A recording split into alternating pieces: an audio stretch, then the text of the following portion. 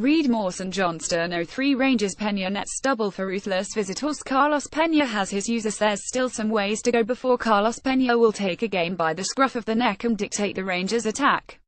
Outside the box, he's not a particularly effective player.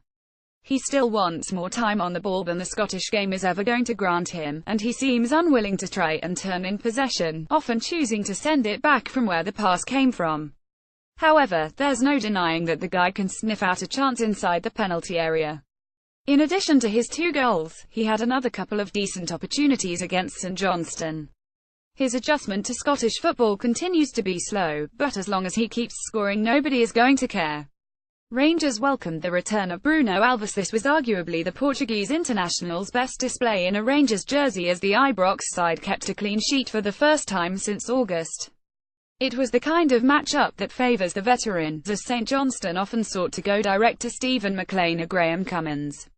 Alves was second in Serie A in aerial percentage last term, and he gobbled up almost all of the heading opportunities which came his way at McDiarmid Park.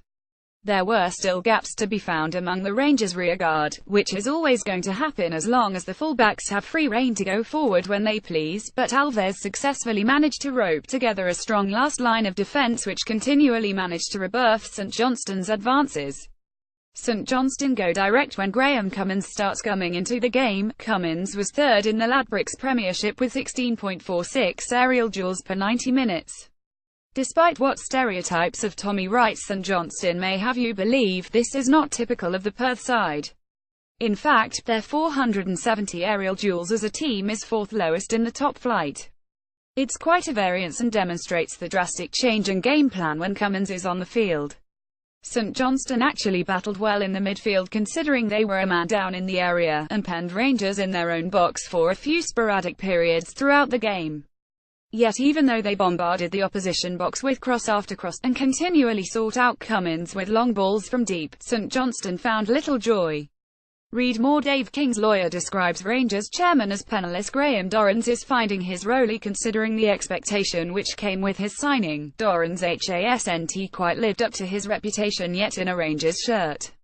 After excelling against Motherwell on the opening day, including bagging a brace, his form soon went cold. This was largely down to a system which didn't particularly suit the Scottish international. He and Ryan Jack were tasked with keeping an eye on the defensive side of things, as Pedro Caixinha laid his team out in a old-school 442 with 2 wingers. Since moving to a 4,231, Dorrans has slowly begun to get back to top form, with the performance against Saints his best since the opening day. Playing as a number 8, ahead of Jason Holt or Ryan Jack when available and behind Carlos Pena suits his skills a lot better, as it gives him the freedom to contribute to both attack and defense.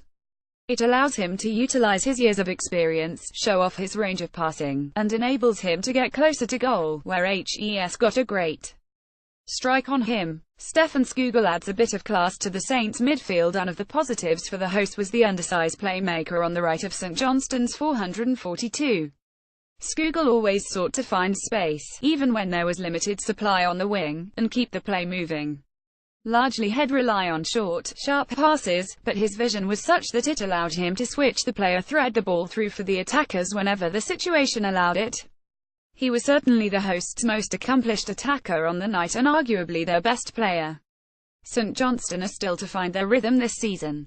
Even during their worldwide start, where they remained unbeaten through 5 games, including a draw at Celtic Park, the performances weren't always there. Results elsewhere could see them slip down as far as 6th on Saturday, putting more pressure on Tommy Wright to find his best 11. Whatever he decides, Skugel should probably be a part of it.